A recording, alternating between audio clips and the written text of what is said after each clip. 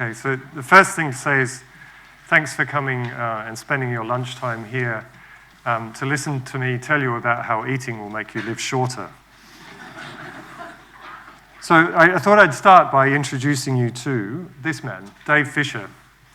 So he's for all intents and purposes, fairly regular guy. He's 5'10", he lives in Berkshire, but he has a particular peculiarity about the way he eats, and that is he practices extreme calorie restriction. So for breakfast, he doesn't eat anything.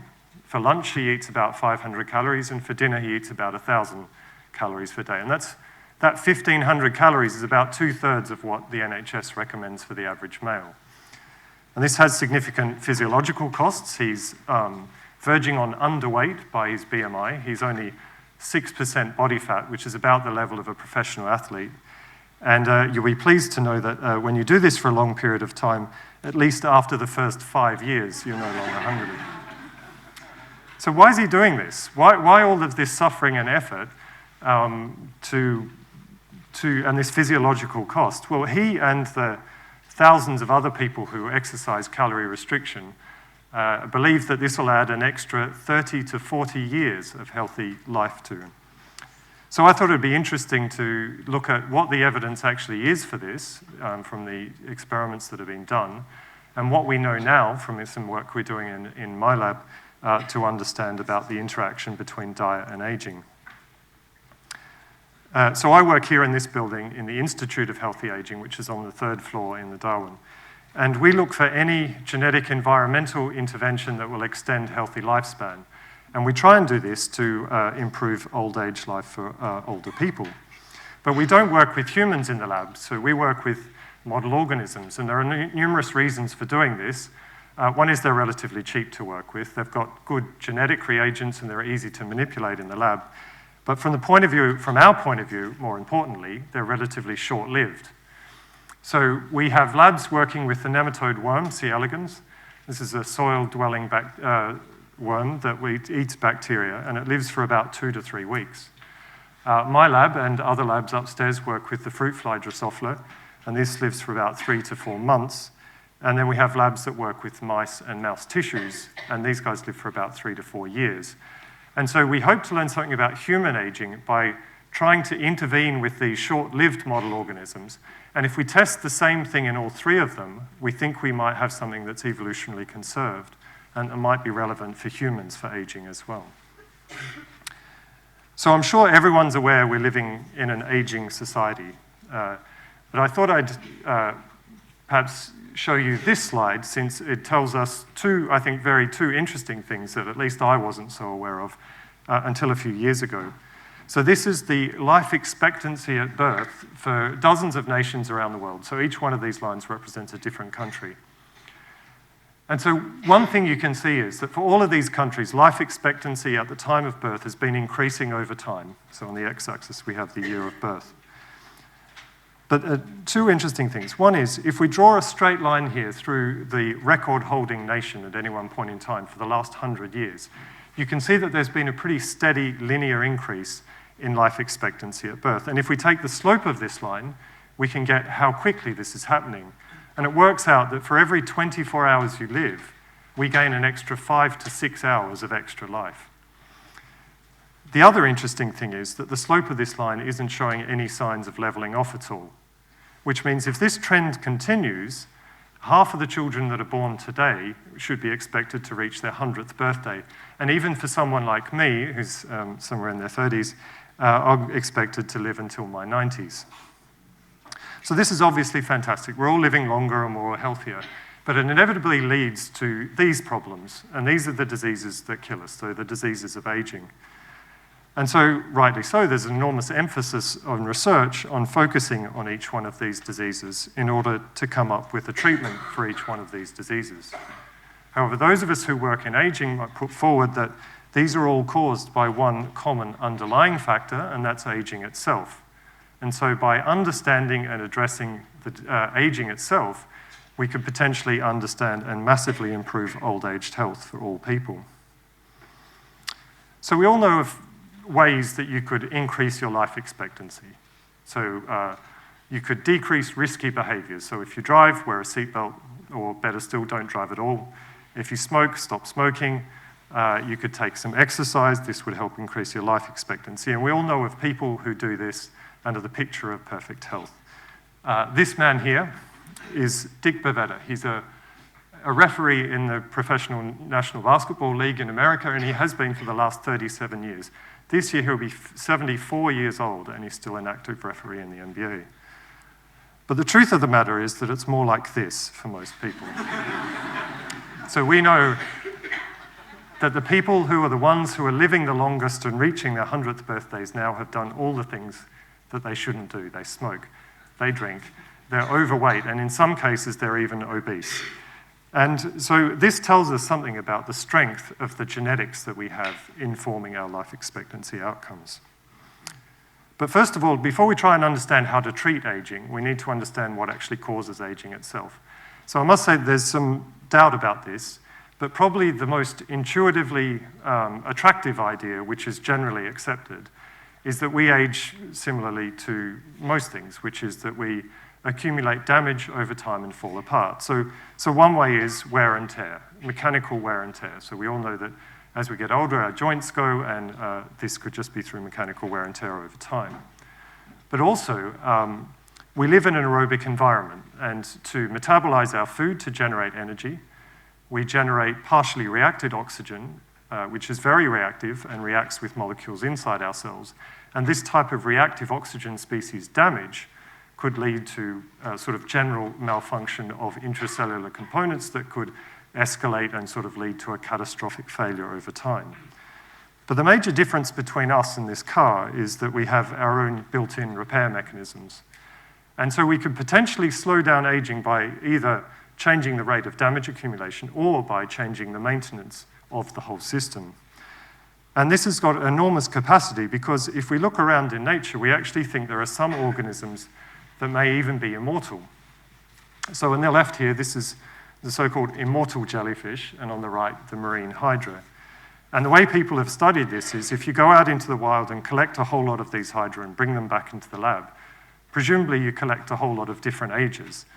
And over time, it's been found that there's no signs of senescence amongst these animals. So it's been proposed that they're immortal. Now, of course, we don't know that for sure, but it does at least tell us that extremely high levels of functionality in multicellular organisms for extremely long periods of time is possible. But that's not the case for all organisms, because we know that different animals have different lifespans. So for instance, this mouse on the left here has a sort of an intrinsic upper limit to its lifespan of about 3 years. This monkey for about 60 years, and on the right we have a bow-headed whale, which apparently can live for up to 200 years. And so this tells us a couple of things. One is that genes are involved in aging, and the other is that evolution has shaped aging, which is odd, right? Because if we think about evolution, most of us would think about it as a sort of an optimization process, so making you better for your environment over time. So how is it that aging or evolution could tolerate such a deleterious trait like aging and even select for it? Well, the basis of why this happens is largely down to these two men, Haldane and Medawar, who are here at UCL, in fact, who recognized the fact that the force of natural selection declines with age, so that after the age of reproduction, it virtually comes down to zero. And maybe the best way of thinking about this is the way in which Haldane recognized it was by thinking about a late-onset deleterious disease like Huntington's disease.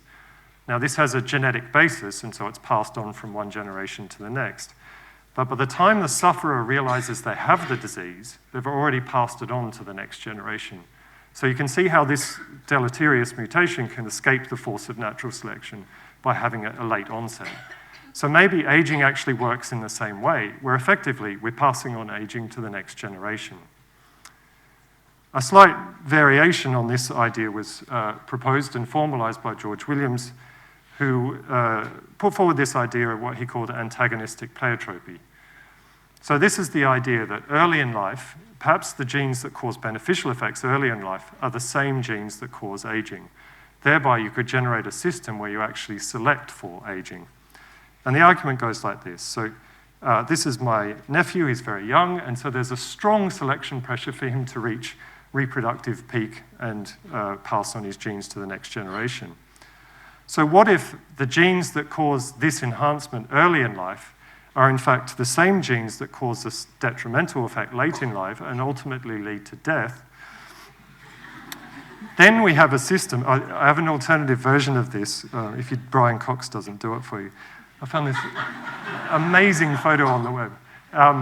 So what if the genes that actually cause this early life beneficial effect are the same genes that cause the detrimental effect late in life? Now you have a system whereby you select for aging indirectly by selecting for the early life benefits.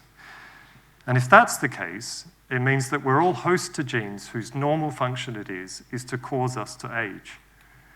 And so if that's the case, then we should be able to find mutations in genes that cause animals to live longer.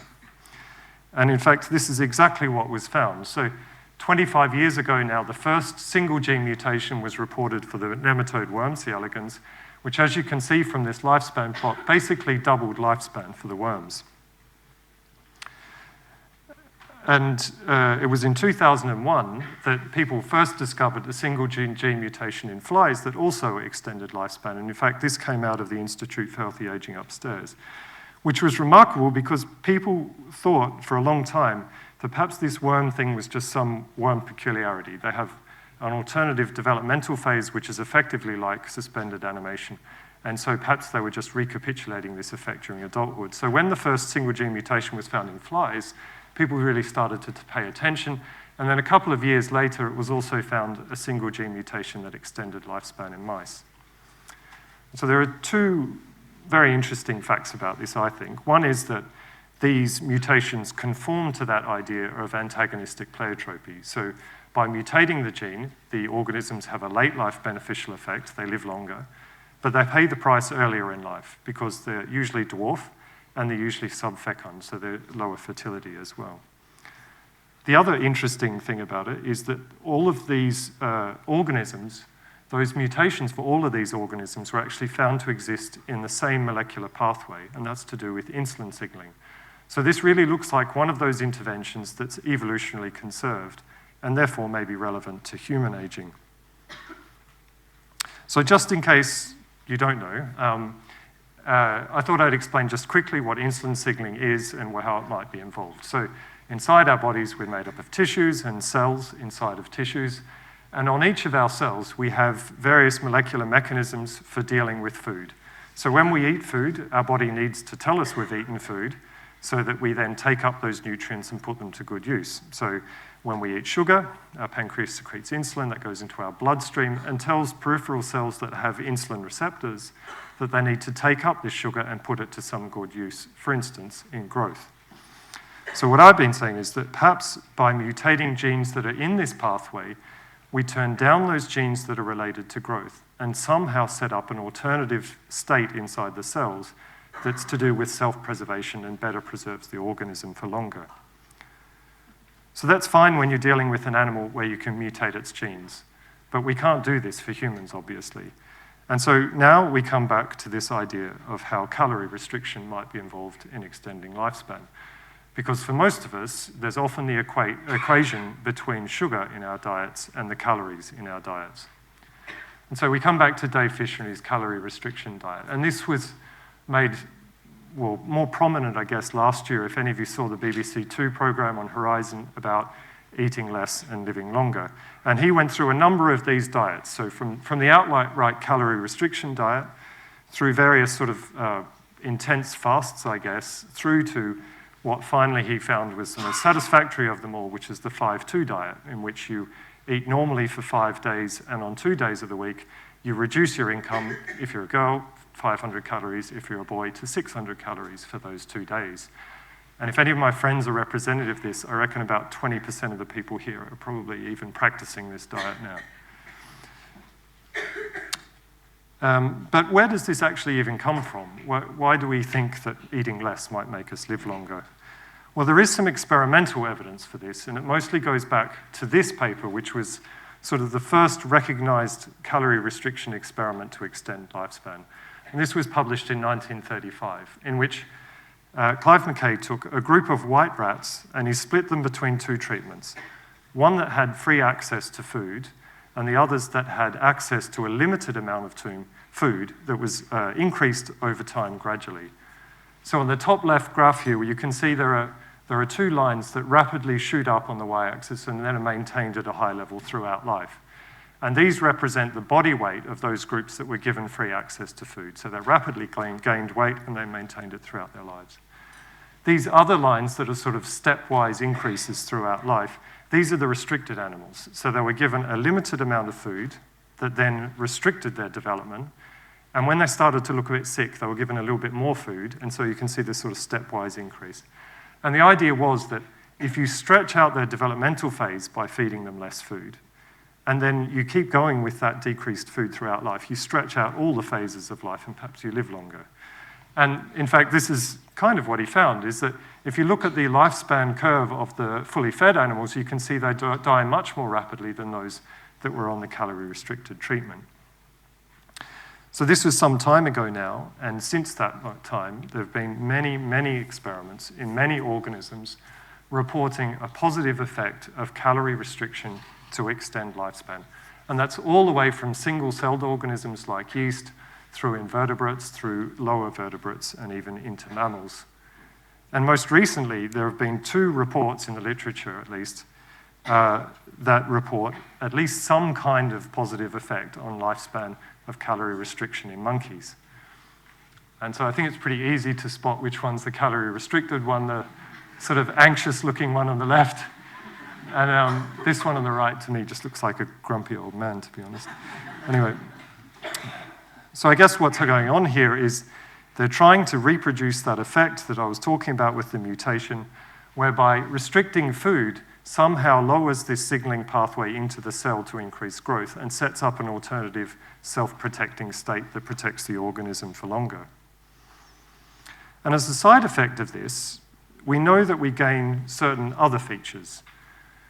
And those other features are things like what Dave Fisher has. So we know that the animals gain all of these physiological changes, and this is the sort of thing that Dave has. So he has decreased body fat, I've told you that already. He has decreasing levels of a circulating hormone called IGF-1, and there was a lot of emphasis on this in the BBC Two program. He has lowered levels of glucose in his circulation, and he has a lowered BMI.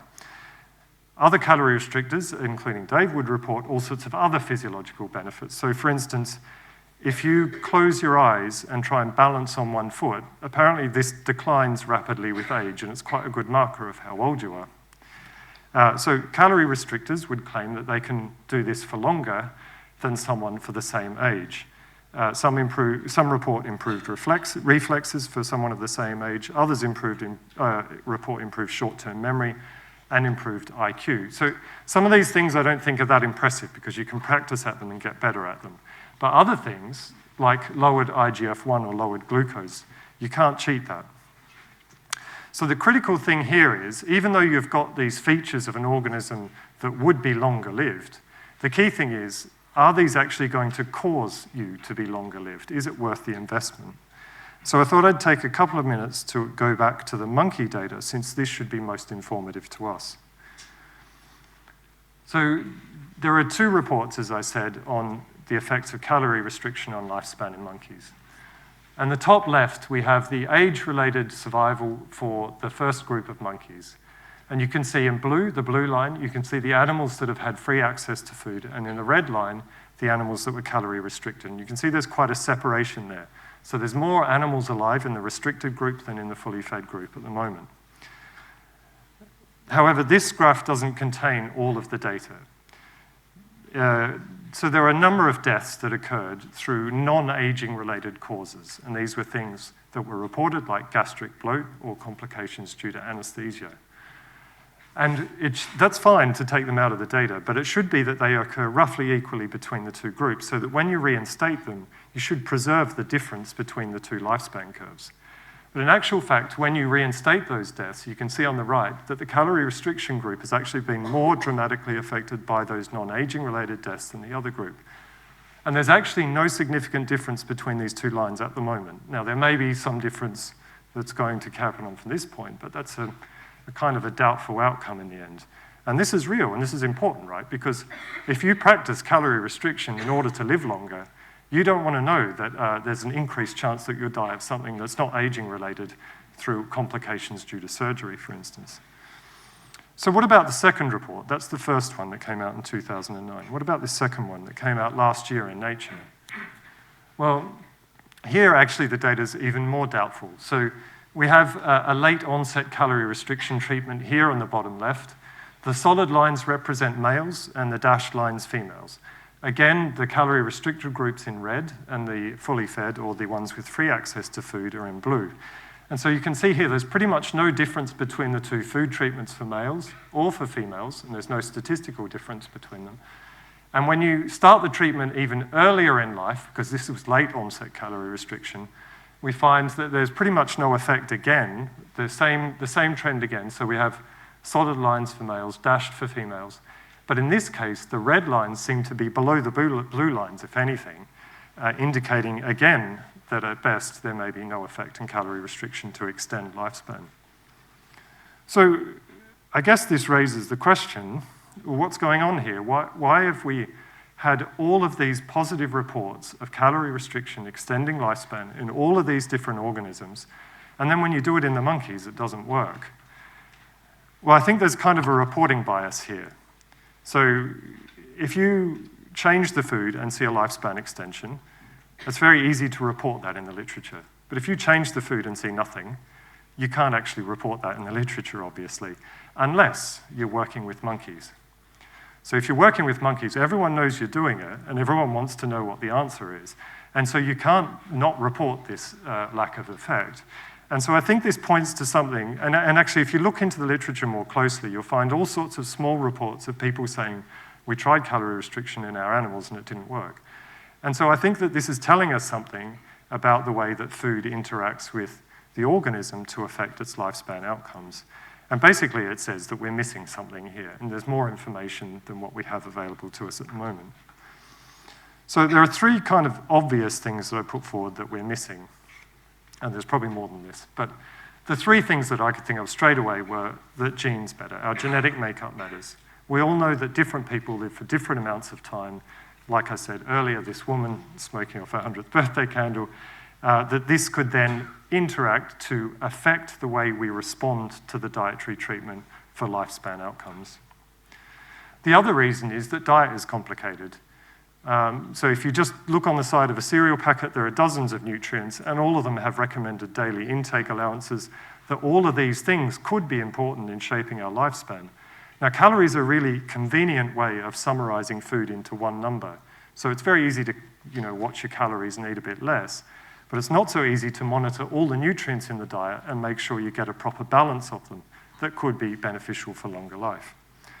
And the third one, which is probably not so important for the organisms that we use in the lab because we keep them under very carefully controlled conditions where we think that they don't get sick, but it's more relevant for humans and probably for the monkeys as well, is that they live in the real world, of course. And so if you're nourished differently, it alters your ability to recover from things differently. So it's well known that if you're relatively malnourished for certain nutrients, you'll find it more difficult to recover from surgery or from acute illness. And so these things could also interact with diet to affect lifespan outcomes in the real world.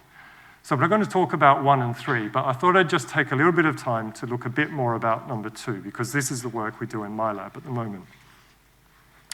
And to go there, I need to introduce to you to our model organism. This is the fruit fly Drosophila melanogaster on the right here. And the way we do our experiments is we keep them, I'm not sure as you can see, in these glass vials. And at the bottom of the vial, we have their food, which is just sugar and yeast in an agar gel. And this relatively simple setup means that we can easily manipulate the food and look for interacting effects of dietary balance on their lifespans.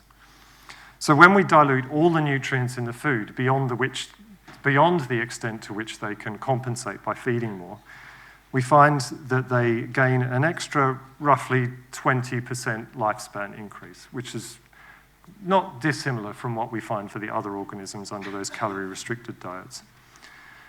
So the first thing that we did was since there are only 2 components to the diet, is just to hold the sugar constant and vary the yeast, or hold the yeast constant and vary the sugar, and ask which one of these components is likely to be responsible for this effect. And we found it was the yeast component that was critical for this effect. So yeast for flies provide all sorts of nutrients. Basically, they supply everything for the flies except the major calorie component, which is the sugar. So they supply protein, fat, sterols, vitamins, minerals, all sorts of things. And so we divided up these into different categories and did the same experiment again. So we just varied one of these nutrient groups and asked which was responsible for this lifespan effect. And this was very clearly shown that it was, in fact, the protein component that was critical. So this is actually now also known for mice. I know of an unpublished study in which, if you look very carefully, the high levels of protein in a diet will dramatically shorten lifespan, whereas relatively restricted levels of protein in the diet are associated with longer life. And I think this says something for the diets that very heavily emphasize protein in order to assist weight loss, that we actually don't know what the long-term effects of these are, but from the experimental model organisms that we use, it seems to be associated with much shorter lifespans. But protein is actually more complicated than all that. So this is the food pyramid, and most of you would know that we get the majority of our protein from dairy, meat, and some vegetable protein. But protein is actually made up of subcomponents, and those subcomponents are called amino acids. And there are 20 different amino acids that make up protein. And they can exist in different proportions relative to each other in any one protein. So we then started to manipulate individual amino acids to see if any of these could recapitulate this lifespan effect that we see with protein restriction. And what we actually found was that if you manipulate by reducing just one single amino acid in the diet, you could actually fully reproduce this dietary protein restriction effect. And this is also known for rodents as well, that if you manipulate in a very careful way a single amino acid in the diet, you can reproduce these longevity outcomes normally seen under calorie restriction. So what's going on here? Well, there's a different system in the cells that responds to amino acids in the diet. So again, we have this ability to tell our bodies that we've eaten something, eaten amino acids in this case, and communicate to inside the cell to turn on pathways that are associated with implementing those nutrients, for instance, in growth. And this protein that communicates this signal is the TOR signaling pathway. And it turns out that if you reduce amino acids in the diet, you reduce signaling potentially through this pathway, and maybe this is the reason why the cell is reprogrammed to be preserved better for longer. Now, this pathway is even more interesting because for this one, we have a drug. And this drug was found in a bacterium that's found on Easter Island. And this drug was found to inhibit the growth of fungus. And when it was discovered what this drug actually acted on, the drug's called rapamycin, it was found that it acts on a protein inside the cells, which was then called the target of rapamycin, hence the name TOR. So we now have a drug that targets the pathway that intervenes between amino acids and growth inside the cell. So logically, if you feed the drug to the animals, you should be able to reproduce the effect, and now we have a drug for aging. And this was, in fact, reported a couple of years ago here in the Institute of Healthy Aging again, that the effect of rapamycin addition, low doses of rapamycin to flies throughout their life results in an extended lifespan. And in fact, this has also now been shown for mice as well. So it seems now that we have a treatment or a drug that could be associated with longer life for treating that works in flies and in mice. So I've said a lot about treatments and genetic interventions and dietary interventions that can extend lifespan, but I haven't said much about what's actually happening at the molecular level to change the program of the cells, if you like, into that long-lived form. So I've represented it always like this. You have nutrients, you have some kind of signal to growth. And all I've been saying is that if you block this, you reprogram the cell somehow to preserve the cell for longer. Now, that's kind of the level of detail that we actually have at the moment. That's about as much as we know. But there are two major theories about why this happens. One is that actually when you block growth like this, that's all you need to improve health. So growth's great early in life when you're actually getting bigger, but perhaps it's not so good to have these pathways activated late in life when you're no longer physically expanding. So maybe you just don't need growth late in life, and in fact, when you turn these pathways on late in life, they're bad for functioning of the cell. A slight alternative version of that is that in turning off the pathway associated with growth, perhaps you trigger an alternative pathway that's associated with maintaining the system better for longer. And so by enhancing maintenance and repair, and by channeling what the body thinks are scarce nutrients instead of towards growth, but towards maintenance and repair, as a side effect of this, perhaps we live longer. So I guess given the fact that we know relatively little at this stage, there's so much more to know about what actually is going on inside the cells to cause the animals to live longer. And given all the confusion about dietary balance, the genetic interaction with dietary balance to affect lifespan, and the prospects for how this might be relevant for us in the real world, it really leads us to ask, is this guy just completely wasting his time? Has he invested all of this dietary energy into something that won't actually work? Well, it's a little bit unfair because actually in all the interviews I've read and seen with this man, he's one of the first to admit that this is an experimental diet. He's not guaranteed a lifespan benefit outcome, but he's willing to invest these 20 years now of dietary restriction in order to gain those benefits. So I thought it might be worthwhile just at least updating people on what it is that we actually know before anyone decides to do this. But so finally, I thought I'd just check and see how old people actually think he is. So can I get a show of hands? People who thinks he's 25 to 34 years old.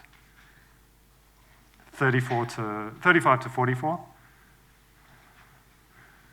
45 to 54? Okay. Well, it turns out he's actually 55.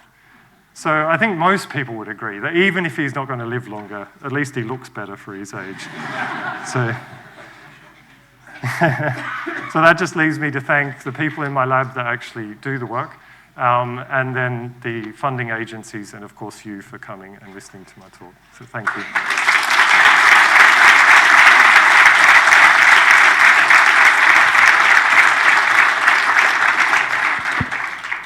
We have a few minutes for questions. Do we have any questions? Here, there's a mic coming down to you. So with certain sort of populations around the world being vegetarian and naturally have a protein-reduced diet, is there any kind of real-world data to back this up? Or? So there are lots of books about this.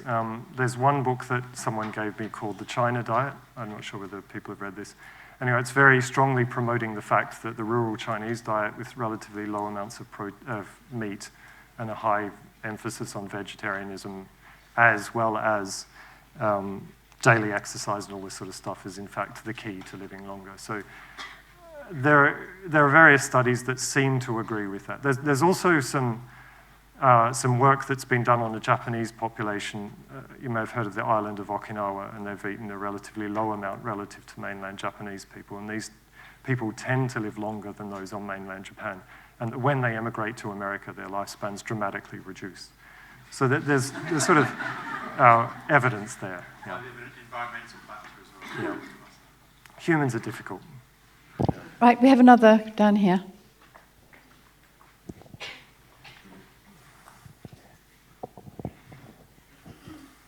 If it is found eventually that restricting something, some part of the diet, actually helps you drop dead, but equally you find that that can actually make your body frailer and more susceptible, do you think the age-old sort of British compromise could come in where you do a bit of each and get a good compromise, or is it more black and white? Nothing's black and white. Yeah, I think, so there are a couple of things. I guess one thing that's important about this, if there were a diet that would really enhance your health with old age, it would be important that it's reversible. Okay, so it's important that if you start late in life that it's actually beneficial. And there's a little bit of work from the labs here upstairs that the dietary restriction effects on the flies at least is fully reversible. But whether that's true or not for other organisms, we don't know yet. So what was the other part? If it makes you more frail, if the price... You were saying that it can make you more susceptible Okay. Dietary methods of death. Yeah. Therefore, it looked like. So let's say, for instance, that the 2 days and 5 days was true. Yeah. I know you're saying it isn't necessarily, but perhaps you did 1 day. Would that be a better compromise of doing 2 days? Yeah, I can't really say. I mean, it's always possible, I guess.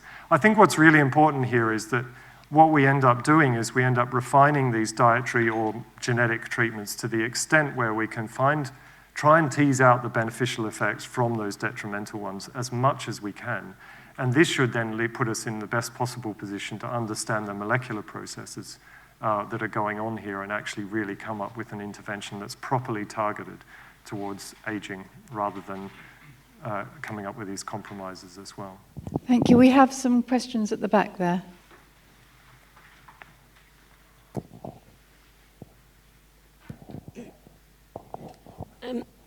I've always believed or heard that men don't live as long as women. Is there anything of this in your research? And also, I wonder if the monkeys were allowed any access to sort of trees or grass or anything like that, and if that damaged them, because they look pretty depressed.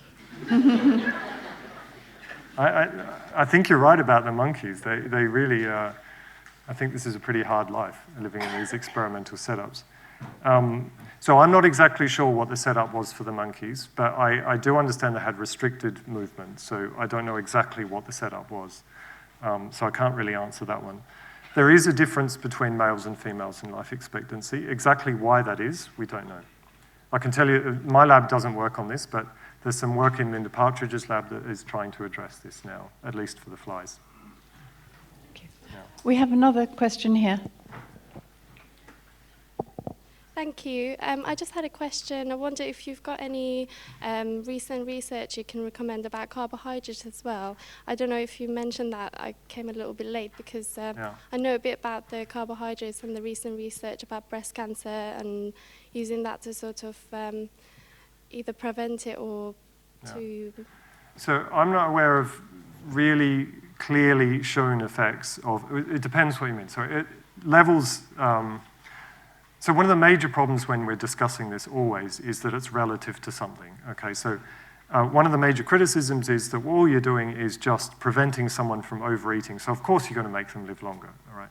So what we're talking about is some kind of peak or optimum diet that's somewhere in the middle of overeating and undereating, okay? So the exact way that carbohydrate could work, that's really difficult to comment on without controlling all of the other nutrient balance properly. So I think we've still got a long way to go before we start singling out single nutrients to say they have this or that effect on a specific disease.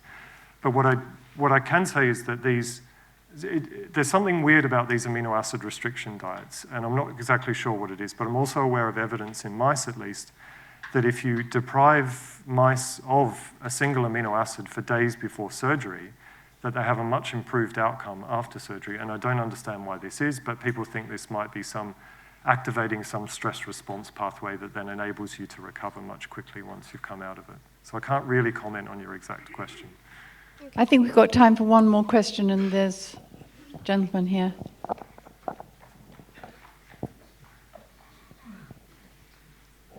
Notwithstanding the experiments, we are living so much longer than we used to 100 years ago, and we are the most obese nation in the Western world. So is that explainable?